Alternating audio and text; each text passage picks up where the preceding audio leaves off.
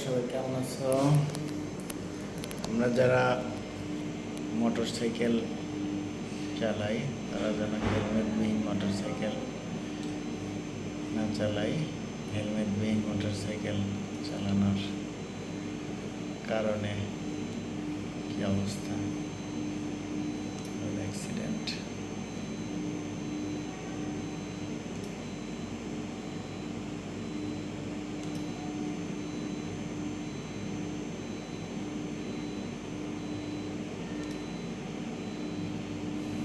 একটা দুর্ঘটনা সারা জীবনের কান্না। ছোট বাচ্চা মানুষ, 18-19 বছর বয়স, কি অবস্থা।